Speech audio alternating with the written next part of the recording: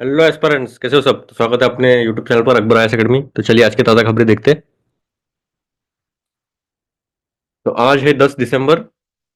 चलिए हम सीधा मेन पेज पे ही आते हैं। After Assad, world celebrate the fall of talent, fingers remain crossed on whether it will lead to a more pluralistic Syria. Point of no return. Will Syria and wider Middle East be better off without Assad? There are no easy answers. I find I could see things with color and shapes that I couldn't say any other way. ठीक है. Road record temperature levels in 2024 signal deepening of climate crisis. Policymakers have their tasks cut out. Digging at the end, as specter of aging population looms, India can no longer neglect palliative care. क्या ये palliative care क्या रहता है? Chocolate coffee reality, मोका मौसी, मौशे, मुझे लगता है coffee का टाइप है ये chocolate. Diminution of a party. At least three sets of red lines were crossed by Akal Takht's public interrogation, Sukhbir Singh Badal, and sentencing. In Sri Lanka, delegate negotiation. National People's Power. नहीं, ये भी नहीं है. Death of empathy. Hard ethnic lines in Manipur have led to a narrowing of the public sphere. आज इतने articles तो नहीं है, पर थोड़ा सा हम असद का देख सकते हैं.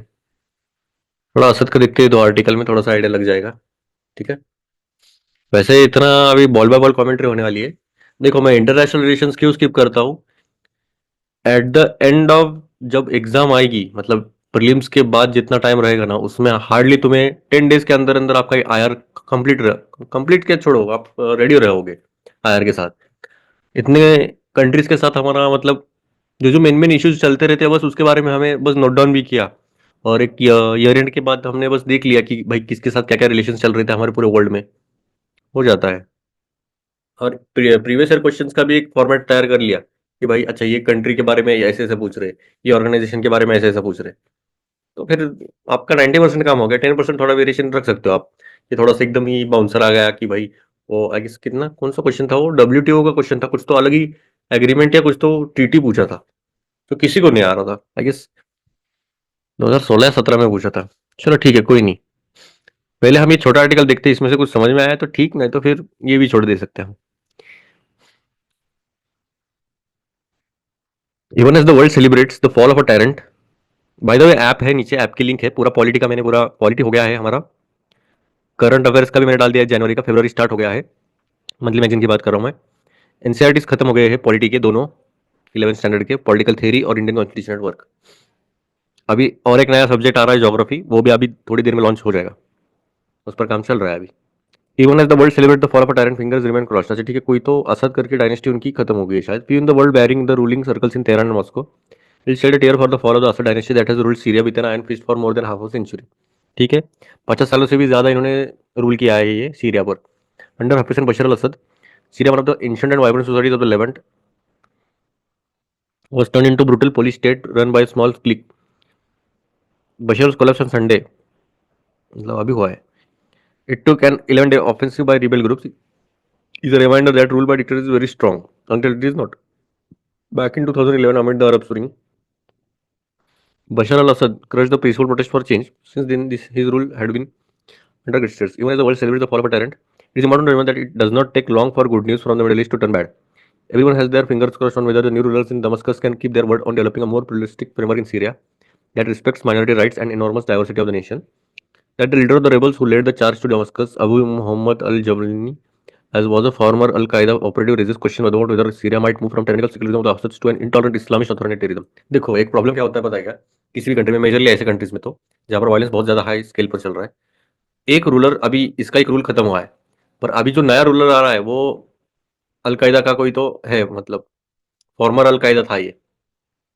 अभी बोल रहे कि भाई पहले तो थोड़ा सा डेंजर सेक्युलरिज्म था, पर अभी इंटॉलरेंट अगर इस्लामिस्ट में कन्वर्ट हो गया, इस्लामिस्ट ऑथोरिटेरियनिज्म, मतलब इस्लामिस्ट को ही पूरा एकदम उसको ही टारगेट करेंगे, मतलब इन द सेंस कि भाई वो ही एक ही धर्म है, तो हो गया, इनका कल्याण ही हो गया फिर. इसलिए फिंगर्स क्रॉस्ड बोल रहे भाई ऐसा कुछ ना हो, ये सेक्युलरिज्म की तरफ चले at least.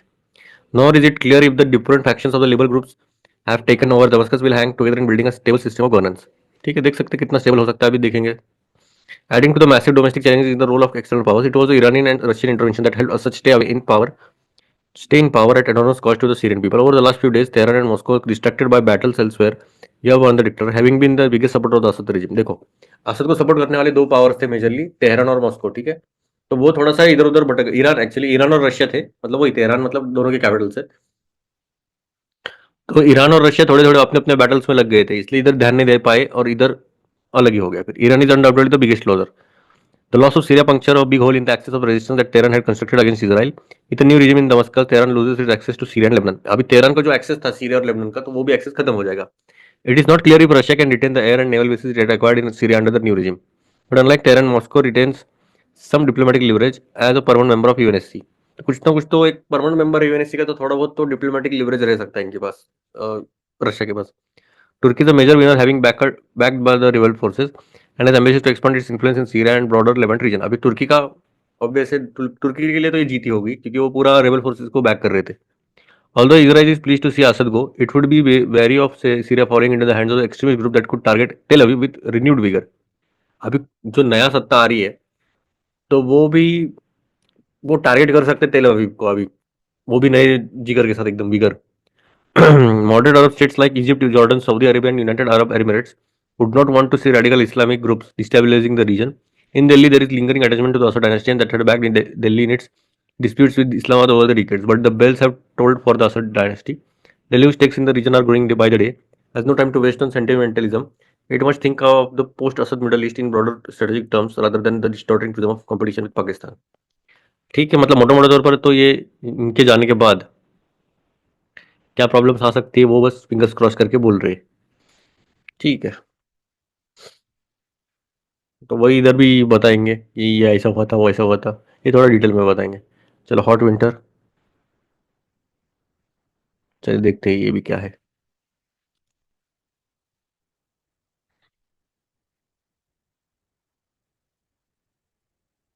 It's all but certain that 2024 will be the warmest year on record. Latest data from the EU's Copernicus Climate Change Service show that last November was the 16th month in a 17-month period when the average global temperature rise was more than 1.5 degree Celsius above the pre-industrial level. इधर ही 1.5 से ज़्यादा हो गया।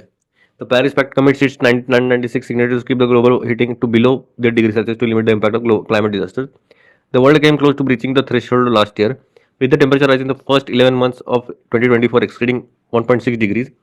C3S warns that there will be a default on the Paris benchmark this year. That does not mean a contravention of the landmark climate treaty. It's measured over at least a decade. देखो problem क्या हो रहा है अभी पता है आपको, मैंने जैसे पहले भी बताया था। पेरिस पैक्ट में बोला गया था कि भाई 1.5 डिग्री सेल्सियस से नहीं बढ़ना चाहिए, हमें पूरी तरह से कंट्रोल करना चाहिए हमारा जो भी टेम्परेचर है। पर अभी तो 1.6 हो गया पहले 11 महीने में ही, मतलब अभी ये 11वां महीना खत्म हो गया ना अभी नवंबर में, तो उधर ही 1.6 डिग्रीज हो रहा है। तो ये पूरा अभी क्लाइमेट ट्रीटी के ऊपर बहुत सारे क्वेश्चन उठने वाले कि भाई कुछ नहीं हो सकता अभी। और ये but reversing temperature trends will require sustained action on several fronts. अब इसको रिवर्स करना है तो बहुत ज्यादा, मतलब आप समझ सकते हो बहुत ज्यादा एक्शन लेने की जरूरत है अलग अलग फ्रंट्स पर। Meteorologists had anticipated global temperatures to come down a tad this year after the planet heated to a record level in 2023. Their forecasts were hinged on the cooling effects of the La Nina, which was initially expected to set around in July and then in October. La Nina can only be confirmed if the Ocean Nino Index consists of at least 0.5 degrees. This degree threshold has not been met so far this year, leaving scientists perplexed. The US National Oceanic and Atmospheric Administration has admitted to being spooked. मतलब इनको थोड़ा सा लग रहा था कि भाई लानी ना आ सकता है, उससे थोड़ा ठंडा हो सकता है माहौल, पर कुछ ठंडा नहीं हो रहा है, उल्टा कुछ ऐसा कुछ इंडिकेशन भी नहीं दिख रहे। Only twice in the past 75 hours has La Nina set in later than October. Experts reckon that La Nina will be weak even if it arrives mid-winter. The Australian Bureau of Meteorology, ठीक है, ये मतलब ये थोड़ा last का para देखते हैं generally. 25% more mitigation of green house gas, ठीक है, मतलब वही है कि अभी कुछ ना कुछ को करके भाई फंडिंग करो कुछ भी करो, पर हमें रिवर्स करना है अभी temperature.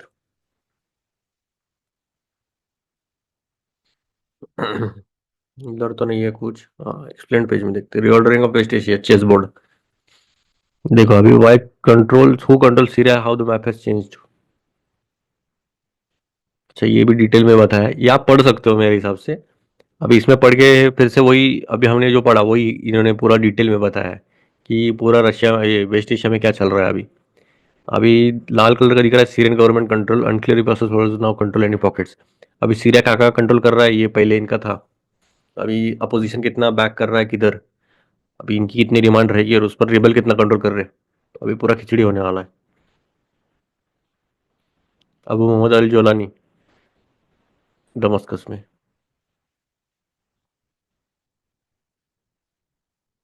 Hosting rights. Government versus RBI governor tussle, 6 years at Reserve Bank inflation remains unfinished agenda. Room for power supply to AI data centers.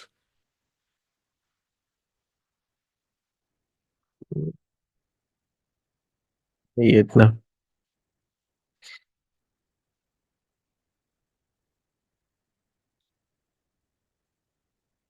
ठीक है। मुकेश का फिर से क्लॉस हो गया, इक्वल हो गए फिर से। टाई ब्रेक्स में वो नहीं जाना चाहिए भाई।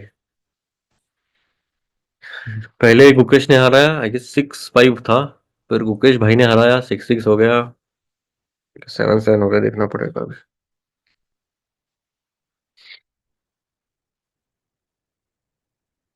काफी डिफिकल्ट अभी। अभी बहुत जल्दी जीतना पड़ेगा। चांसेस ज्यादा थे जीतने के, पर फिर से खतरनाक कमबैक किया डिंग भाई साहब ने। चलिए वर्ल्ड के न्यूज देखते। More than 180 killed in massacre Haiti. Netanyahu said to take witness stand in corruption trial today. Syrians search notorious Sydney prison for missing relatives.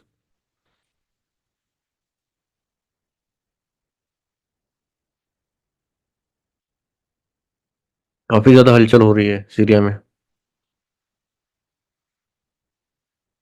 List properties burned, looted in clashes. Supreme Court tells Manipur government. India nobody's producer Lee Ahmed calls to cancel indoor concert. Noida airport completes crucial flight test. Both houses distributed as BJP and Congress state charges. Why there are few windows open in this house? Uniform civil code पर भी चर्चा होने वाली है।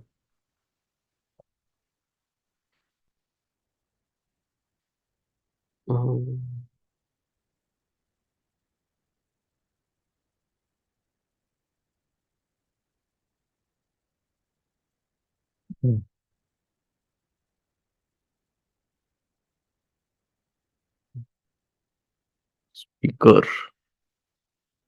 लाड़की बहन योजना will continue. चलो, बहनियों को अच्छा मिलेगा। Performer comes with play on climate change for Mumbai Pune.